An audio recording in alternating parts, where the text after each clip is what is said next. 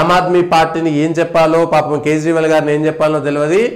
Jail నుంచి బయటకు వచ్చినాక రాజీనామా చేస్తారు. బెయిల్ వచ్చినాక 6 నెలలు జైల్లో ఉండి, జైల్లో ముఖ్యమంత్రిగా ఉండి బయటకు వచ్చి నేను రాజీనామా చేస్తా అంటాడు.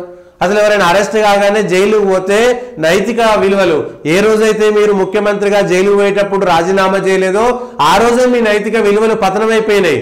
ఇవాళ దీన్ని రాజకీయంగా వాడుకోవడం కోసం, అవసరానికి ఉపయోగించుకోవడం కోసం నేను ఇప్పుడు రాజీనామా చేస్తా, నా శీల పరీక్ష నేను నెగ్గించుకుంటా అనేటువంటి మాట చెప్పడం అనేటువంటిది అది శోభనివ్వదు. ఏ రోజైతే మీరు అరెస్ట్ అయ్యారో, అరెస్ట్ అయిన రోజు జైలు పోయినప్పుడే మీ ముఖ్యమంత్రి పదవికి రాజీనామా చేయాల్సి ఉండే. 6 నెలల పాటు గబ్బిలంలాగా జైల్లో ఉండి కూడా మీరు ముఖ్యమంత్రి పదవి ఇవాళ ఎందుకు రాజీనామా చేస్తా అంటున్నారు?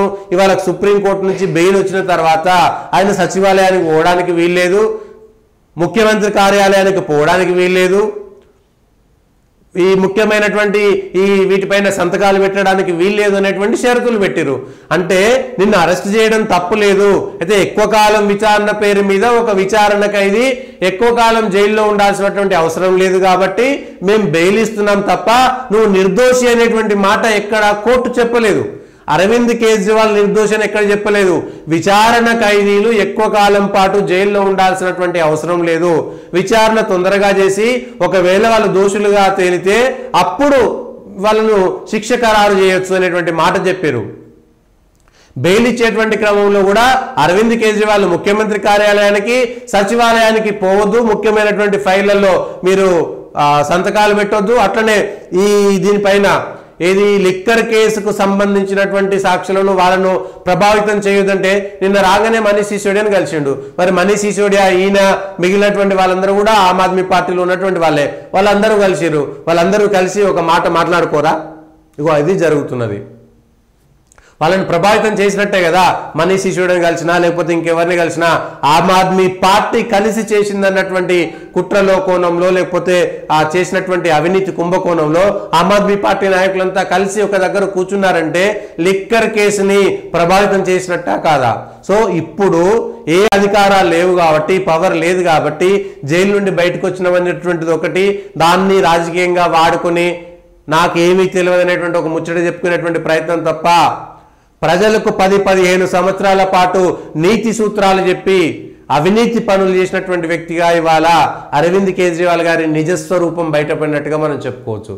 ఎస్, నిజస్వరూపం బయటపడ్డది. ఏ కాంగ్రెస్కు వ్యతిరేకంగా, సేమ్ చంద్రబాబు నాయుడు కాంగ్రెస్కు వ్యతిరేకంగా మేము పుట్టినామని చెప్పేసి కాంగ్రెస్తో జతగట్టిరు. అరవింద్ కేజ్రీవాల్ మేము కాంగ్రెస్ అవినీతి పరిపాలన, అవినీతి పార్టీ అని చెప్పేసి కాంగ్రెస్తో జతగట్టింది. కమ్యూనిస్టు పార్టీలు దేశంలో అత్యంత అవినీతి పరమైనటువంటి పార్టీ ఏదైనా ఉందంటే అది కాంగ్రెస్ అని నిన్న మొన్న చనిపోయినటువంటి సీతారాం యేచూరి కూడా ఇదే మాట చెప్పారు. ఈ దేశంలో అత్యంత అవినీతికరమైనటువంటి పార్టీ కాంగ్రెస్ పార్టీ అని ఆయన ఆన్ రికార్డ్ చెప్పిండు. రీసెంట్గా చనిపోయే ముందు, 1 ఏడాదికి ముందు కూడా అవునో కాదో అంతే. ఈ దేశంలో అత్యంత అవినీతికరమైనటువంటి పార్టీ కాంగ్రెస్ అని చెప్పింది. మళ్ళీ వీళ్ళే కాంగ్రెస్తో పొత్తు పెట్టుకున్నారు. ఏంటంటే బీజేపీని మేము ఓడించాలి కాబట్టి, అంటే బీజేపీని ఓడించడం కోసం తప్పుడు పార్టీలతో కూడా మేము పొత్తులు పెట్టుకుంటామనేటువంటిదా, లేదా మీరు తప్పులు చేస్తున్నారు కాబట్టి తప్పుడు పార్టీలన్నీ కలిసి ఒక కూటమిగా ఏర్పాటు చేస్తున్నాయా? ఇవన్నీ వచ్చేస్తాయి. ఇవాళ ఆమ్ ఆద్మీ పార్టీ వ్యవహారం కూడా అంతే. నిన్నటిదాకా ఇండియా అలయన్స్లో ఉండి ఇవాళ హర్యానా ఎన్నికల కోసము మేము నిర్దోషులమని చెప్పుకోవడం కోసము అరవింద్ కేజ్రీవాల్ చేసి నేను రాజీనామా చేస్తున్నా, ఇదేదో పెద్ద సంచలనమైనటువంటి ప్రకటన, దేశ రాజకీయాలను మలుపు తిప్పుతున్నది, ఒక ముఖ్యమంత్రి నరేంద్ర మోడీని పూర్తి స్థాయిగా ఢీకొట్టగలుగుతున్నాడు అనేటువంటి ఒక బిల్డప్ ఇవ్వడం తప్ప ఏం లేదల్లా. బిల్డప్ ఎక్కువ, బిజినెస్ తక్కువ.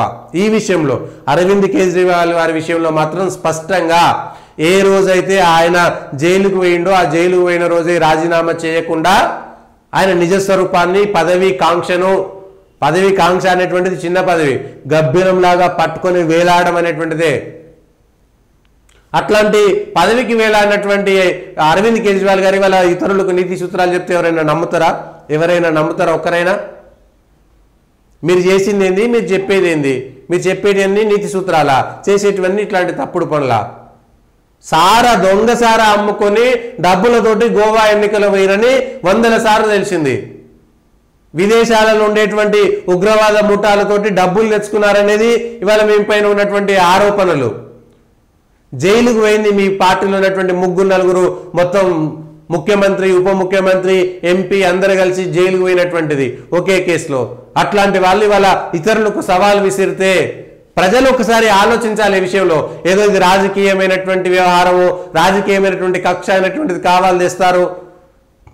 లాలూ ప్రసాద్ యాదవ్ కూడా ఇట్లనే లబ్ధి పొందిండు. కానీ తర్వాత అతను దోషి, గడ్డి కుంభకోణంలో దోషి అని తెలిసిన తర్వాత ఏం చేస్తున్నాం ఇవాళ అంటే ప్రజలు కూడా అవినీతి చేస్తే తప్పులేదు, ఎవడైనా దోచుకు తింటాడు, వీడు తక్కువ తింటుండు వాడు ఎక్కువ తింటుండు అంతే తేడా, దోచుకు తిన్నా మాకు సంబంధం లేదు, మాకంతా కూడా ఉచిత పథకాల పేరు మీద దోచి పెడితే సరిపోతుంది, మాకేం అక్కర్లేదు అనేటువంటి విధానము ప్రజల్లో నెట్టబడింది.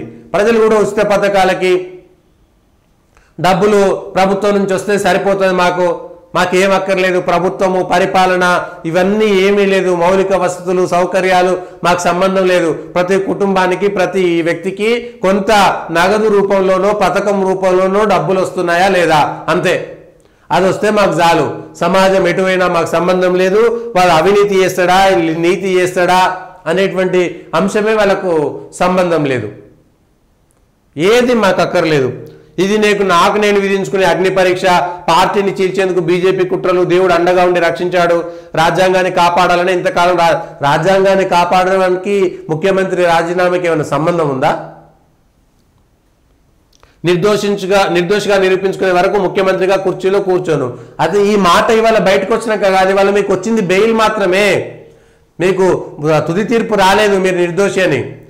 ఏ రోజైతే జైలు పోయినా ఆ రోజే రాజీనామా చేసి ఇగో నేను మళ్ళా నిర్దోషిగా నిరూపించుకునేంత వరకు నేను ముఖ్యమంత్రి పదవి చేపట్టను, ఆమ్ ఆద్మీ పార్టీలో సీనియర్లకు నేను అప్పచెప్తా అని ఆ రోజే రాజీనామా చేసి కొత్త ముఖ్యమంత్రిని ఎన్నుకుంటే నిజంగా మీరు చెప్పేది నిజం అనుకోవచ్చు.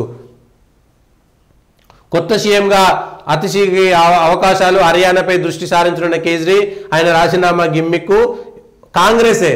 ఇదే కాంగ్రెస్ మళ్ళా అరవింద్ కేజ్రీవాల్ కోసము ఇదంతా ఢిల్లీలో జంతర్ మంతర్లో సభ ఏర్పాటు చేసింది. వాళ్ళు ఆయన రాజీనామా ఒక గిమ్మిక్ అని. నిన్నటిదాకా మీతో కలిసి ఉన్నారు, లోక్సభ ఎన్నికల్లో కలిసికట్టుగా పోటీ చేశారు. అంటే అరవింద్ కేజ్రీవాల్ చేసినటువంటి అవినీతిలో కాంగ్రెస్ పార్టీకి కూడా భాగస్వామ్యం ఉన్నట్టే కదా, కాంగ్రెస్ పార్టీకి భాగస్వామ్యం ఉన్నట్టే కదా అరవింద్ కేజ్రీవాల్తో పొత్తు పెట్టుకోవడం వల్ల, ఇండి కూటమి అలయన్స్లోకి తీసుకోవడం వల్ల. ఇవాళేమో మళ్ళీ గిమ్మిక్లను హర్యానాలో మీతో పొత్తు లేదు కాబట్టి, హర్యానాలో ఒంటరిగా పోటీ చేస్తున్నారు కాబట్టి వాళ్ళ కాంగ్రెస్ విమర్శిస్తున్నది. కానీ అదే కాంగ్రెస్ అదే ఈ హేమంత్ సోరెన్ కోసము, అరవింద్ కేజ్రీవాల్ కోసము, వీళ్ళందరి కోసము జంతర్ మంతర్లో పెద్ద సభ పెట్టి సిబిఐ ఈడీలన్నీ కూడా రాజకీయ కుట్ర అనేటువంటి ఒక మాట చెప్పింది కాంగ్రెస్ పార్టీ. వీళ్ళకు మద్దతుగా ధర్నా చేసింది కాంగ్రెస్ పార్టీ, ఇవాళ మళ్ళీ వ్యతిరేకిస్తున్నది. అంటే రాజకీయ అవసరాల కోసం అంట కావడం అనేటువంటిది ఏ విధంగా సాధ్యమవుతుంది అనేటువంటిది ఒకసారి ఆలోచన చేయాలి.